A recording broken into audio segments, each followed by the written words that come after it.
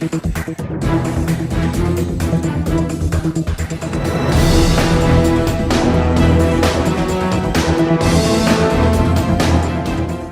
John Justice in South Haven, Mississippi. I'm a meter services contractor for Entergy. I started with Baker in January of 1996. I've read meters for the first 5 years.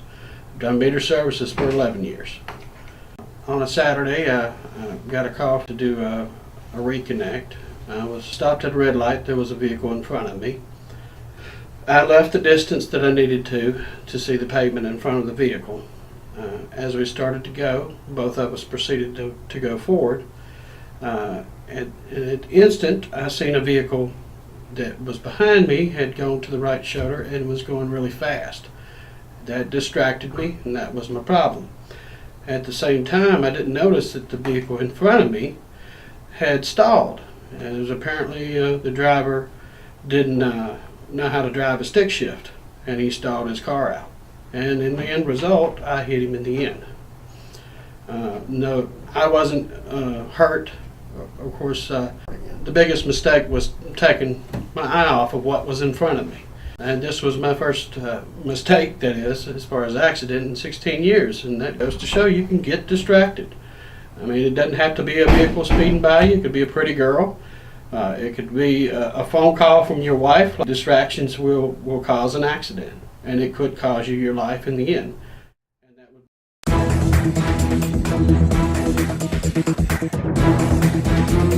Hi, my name is Christopher Nelson. I'm an employee of Baker. I work in Natchez, Mississippi. About 4 months ago, I had an accident. It was entirely my fault. I had just come through a four-way intersection and fallen behind a red Mazda Tribute van, and my cell phone rang, and I looked away to pick my phone up off the seat, and by the time I looked back, the red light had changed and the red Mazda van had come to a complete stop in front of me. I slammed on my brakes, turned my wheel to the right, but it wasn't enough time, and it hit her directly in the back on the passenger side of her vehicle. Luckily, she was wearing her seatbelt. I was wearing mine. I got it. But I'm here to say, basically, make sure that you don't get complacent. That was my fault, because that's the main thing that happened, was my complacency. An accident can happen at any time. If I would have been focused on driving and not on my cell phone or what that message was, this accident would have never happened. Think about the person in front of you when you're thinking about safety. It doesn't take 2 seconds to take a life. I looked away for 1 second and I hit her in the back, and it could have killed her. So I'm saying to you sincerely from my heart, always, always put safety first. Never take chances, and stay aware of your surroundings. Aim high. Get the big picture. Keep your eyes moving. Leave yourself an out, and make sure they see you.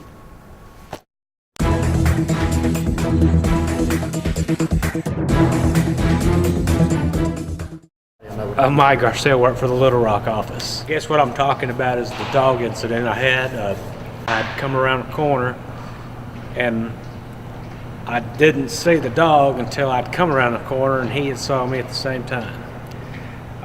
First thing I looked at, I noticed his leash. I noticed that it was pretty long, and the way he was coming at me was like nothing else to do but run. When I ran, he got the heel of my foot as I was running, about that much right on the heel. His tooth grabbed it and made me fall down. And when I came down, it came down right here on my wrist, hit the ground. It was concrete. I noticed that it was swelling up pretty bad and everything. I could have probably avoided this, because it cost me 3 months of work, pain pills, lack of sleep, and then an operation that I can't move my wrist back all the way like I used to. So it kind of affected home life too. And I don't know, the best way to probably say is just be alert, be alert, be alert.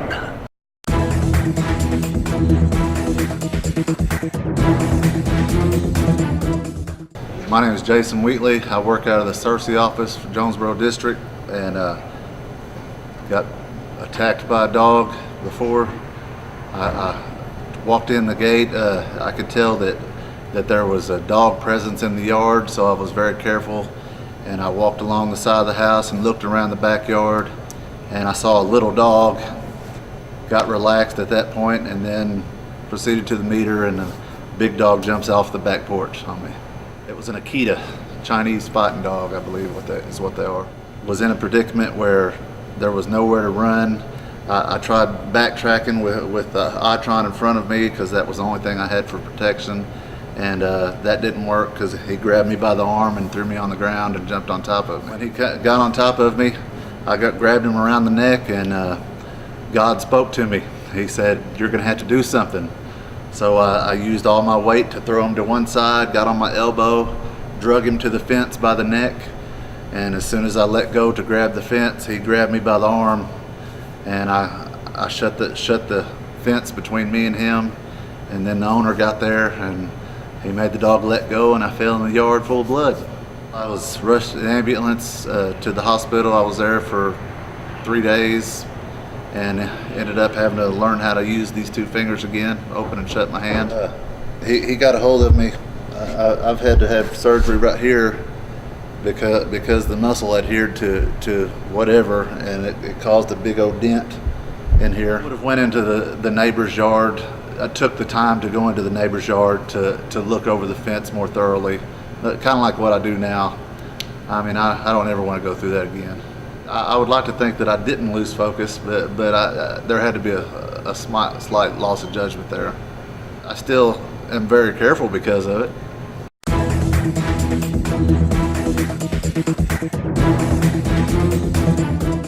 My name's Bill Murphy. I live in Horn Lake, Mississippi. I've worked for Baker Services for going on 5 years now. Things I've learned on the job is attitude will take you a long way. I mean, basically, attitude and safety are hand in hand. If you come to work every day and you make it a habit to practice safety, it will become a habit. It's not natural. You get very content sometimes on what you're doing, and basically you have to constantly remind yourself to, you need to, if you see yourself slacking, you need to get, back right again. On a certain day, well, this is a neighborhood that I go into. It's a real nice neighborhood. Normally you never have any trouble in this neighborhood. I had my mace with me, and a dog came out of nowhere. It just happened to be that people just moved in and they didn't have a lock on the gate, and the dog came out and he came right for me.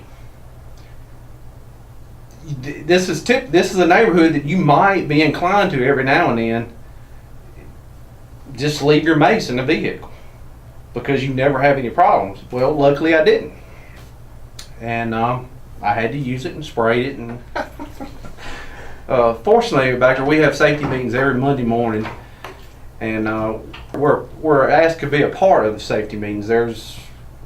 We'll be asked to give it one day. Once you're asked to give something, or you feel like you put a little more pride into it, you don't want to stand up and look bad or whatever. So you actually tend to learn a lot when you're doing the safety meetings yourself.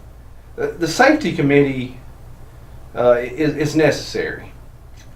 You learn a lot, and to me, the more people you have and the more different varying opinions, you probably learn more. It's probably good that it's rotated, with different people on it, just to give you different perspectives. If you have a chance to be on the safety committee, I would advise you to accept it, because you will learn a lot. There's things that you don't think about every day. You realize there's a lot more hazards out there than you think. Basically, you don't discuss it every day. But when you have the accidents in front of you, that happen, you go, how could that be avoided? Or if you come to work every day and you make it a habit to practice safety, it will become a habit.